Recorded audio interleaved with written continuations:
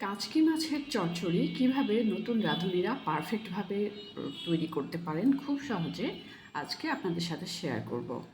Hello viewers, আসসালামু আলাইকুম, welcome back to Asfi's kitchen. কাচকি মাছ স্বাস্থ্যের জন্য খুবই উপকারী এবং পারফেক্টভাবে রান্না করলে এতটাই সুস্বাদু হয় যে জিভে লেগে থাকে। তাহলে দেরি না করে আসুন ঝটপট দেখে নিই কীভাবে তৈরি করা যায় কাচকি মাছের চচ্চড়ি।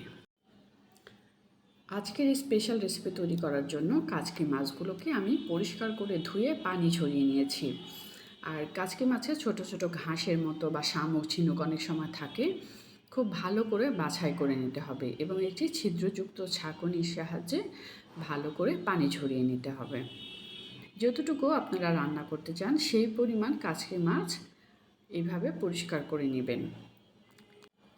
চুলায় একটি প্যান চড়িয়ে চুলাটা বন্ধ করে আমি একে একে সব উপাদানগুলো এখানে দিয়ে দিচ্ছি। প্রথমে এই মাছগুলো দিয়ে দিচ্ছি। এছাড়াও এখানে দিচ্ছি স্বাদ মতো লবণ। খুব বেশি পরিমাণ লবণ দিলে কিন্তু ভালো লাগবে না। এছাড়াও দিয়ে দিচ্ছি লাল মরিচের গুঁড়া।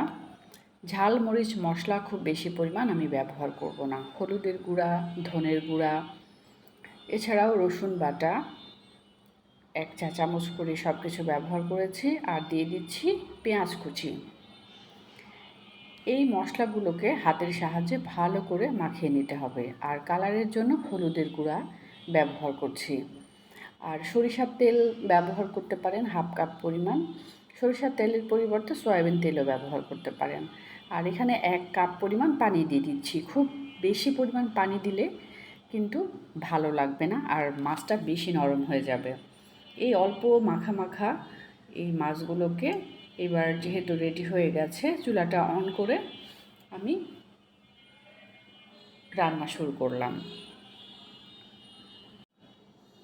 5 মিনিট পর যখন একটু বলক উঠবে, একটু হালকা করে নাড়াচাড়া করে এই রান্নার বাকি যে উপকরণ, সেই উপকরণগুলো আমি আগেই রেডি করে রেখেছি। টমেটো কুচি 1 থেকে 2টি টমেটো ছোট ছোট করে টুকরো করে কেটে নিয়েছি। আর দিচ্ছি ধনেপাতা কুচি। টমেটো আর ধনেপাতা ছোটো মাছের মধ্যে দিলে দারুণ লাগে, তাই এই উপাদানগুলো চেষ্টা করবেন রেডি রাখতে। এছাড়াও 2-3টি কাঁচামরিচ আমি দিচ্ছি। আমি যেহেতু আগে এই গুঁড়া মরিচ ব্যবহার করেছি তাই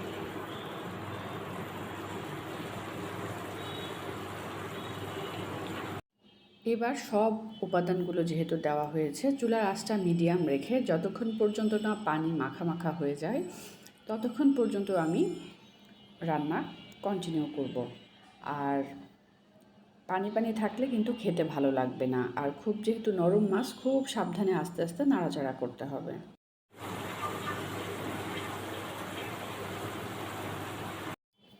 5 মিনিটের মধ্যেই পানিটা একদম শুকিয়ে গেছে। হালকা করে নাড়াচাড়া করে দেখতে হবে যে পানি বেশি আছে কি না।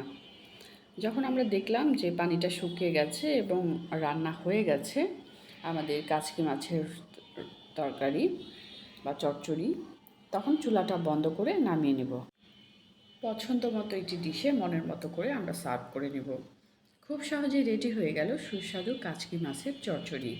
এভাবে যে কোনো ছোটো মাছ আমরা রান্না করতে পারি। নতুন রাঁধুনিরাও আমার এই রেসিপিটি দেখে রান্না করে নিতে পারেন।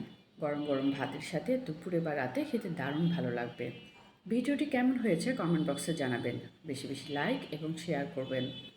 দেশ বিদেশের বিভিন্ন ধরনের রান্না দেখতে চোখ রাখুন আসফিস কিচেনে। আর কমেন্ট বক্সে জানাবেন নতুন নতুন কী রেসিপি দেখতে চাচ্ছেন। আমাদের সঙ্গে থাকার জন্য এবং ভিডিওটি দেখার জন্য ধন্যবাদ।